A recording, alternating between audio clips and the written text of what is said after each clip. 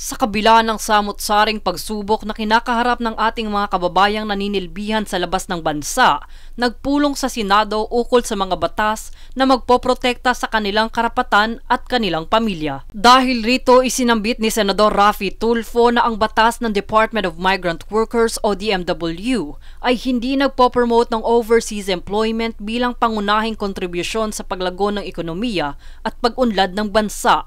Bagkus ito'y susuporta lamang upang bigyan ng kalayaang pumili ang mga taong makapagtrabaho sa kahit saang bansang kanilang ninanais.